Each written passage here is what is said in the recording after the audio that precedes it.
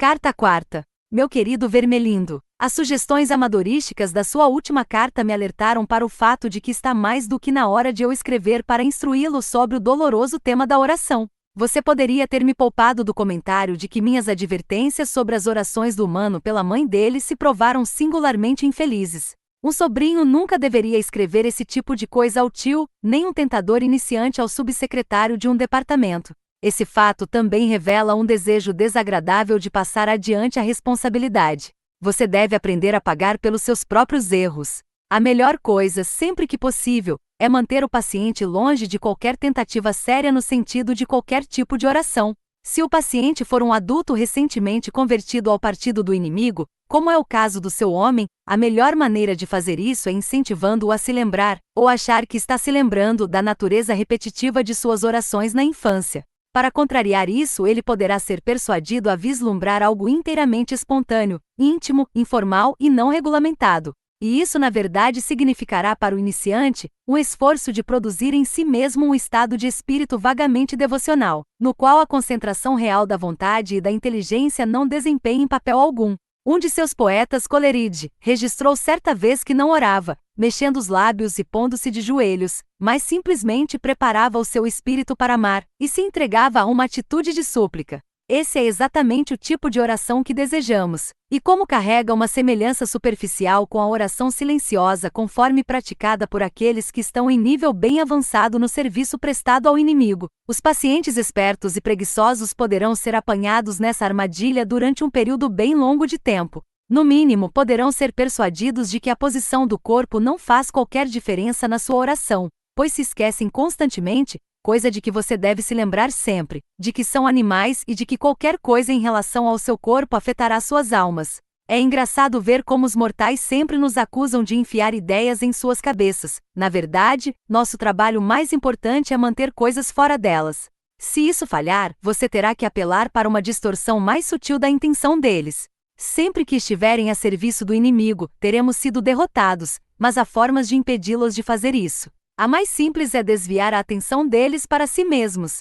Mantenham-os ocupados com os próprios pensamentos e tentando produzir sentimentos pela ação de suas próprias vontades. Quando tiverem a intenção de pedir-lhe um ato de caridade, faça com que em vez disso comecem a tentar produzir neles mesmos sentimentos caridosos, mas sem que eles notem que são eles próprios que estão fazendo isso. Quando tiverem a ideia de orar por coragem, deixe-os tentar sentirem-se realmente corajosos. Quando disserem que estão orando por perdão, deixe-os tentar sentirem-se perdoados. Ensine-os a estimarem o valor de cada oração por seu sucesso em produzir o sentimento desejado, e nunca os deixe suspeitar de que esse tipo de sucesso ou de fracasso irá depender de estarem bem ou mal, descansados ou exaustos, naquele momento. Mas, é claro, o inimigo não ficará de braços cruzados nesse meio tempo. Sempre que houver oração, haverá o perigo de sua ação imediata. Ele fica cinicamente indiferente à dignidade de sua posição, e à nossa, meros espíritos puros, e sobre os animais humanos que se colocam de joelhos, e derrama quantidades enormes de autoconhecimento sem o menor escrúpulo. Mas mesmo se ele derrotar você em sua primeira tentativa de ludibriar o seu humano, temos uma arma mais sutil. Os humanos não possuem aquela percepção direta dele que nós, infelizmente, não conseguimos evitar. Nunca conheceram aquela luminosidade sinistra, aquele resplendor penetrante e intenso que compõe o pano de fundo do sofrimento permanente de nossa vida. Se conseguir olhar dentro da mente do paciente enquanto ele ora, não encontrará isso. Se examinar o objeto ao qual ele está servindo, descobrirá que se trata de uma composição de vários ingredientes bastante ridículos. Haverá imagens derivadas de retratos do inimigo, quando este surgiu durante episódio desacreditado e conhecido como encarnação. Haverá imagens ainda mais vagas, talvez bem primitivas e pueris, associadas às outras duas pessoas. Haverá até um pouco de sua própria reverência, e das sensações físicas que a acompanham, tornadas em objetos e atribuídas ao objeto reverenciado. Sei de casos em que aquilo que o paciente chamava de seu Deus era, na verdade, uma localização física, no canto esquerdo do teto do seu quarto, ou de dentro de sua própria cabeça, ou um crucifixo na parede. Mas qualquer que seja a natureza do objeto composto, você terá de mantê-lo orando para aquilo, para a coisa que ele fez, não para a pessoa que o tenha criado.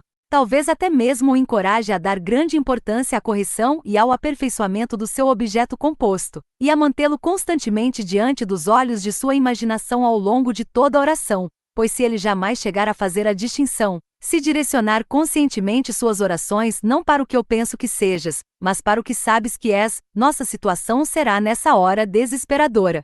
Uma vez que todos os seus pensamentos e imagens tiverem sido descartados ou preservados, mas com o pleno reconhecimento de sua natureza meramente subjetiva, e uma vez que o homem entregar-se à presença completamente real, externa, invisível, que estará com ele no quarto e nunca será conhecida dele, como ele é conhecido por ela, então, meu amigo, é que tudo poderá acontecer. Para evitar essa situação embaraçosa, essa completa nudez da alma na oração, você se valerá do fato de que os próprios humanos não desejam isso tanto quanto se pode supor. Existe mesmo essa coisa chamada receber mais do que aquilo que estavam pedindo. Com carinho, seu tio mal danado.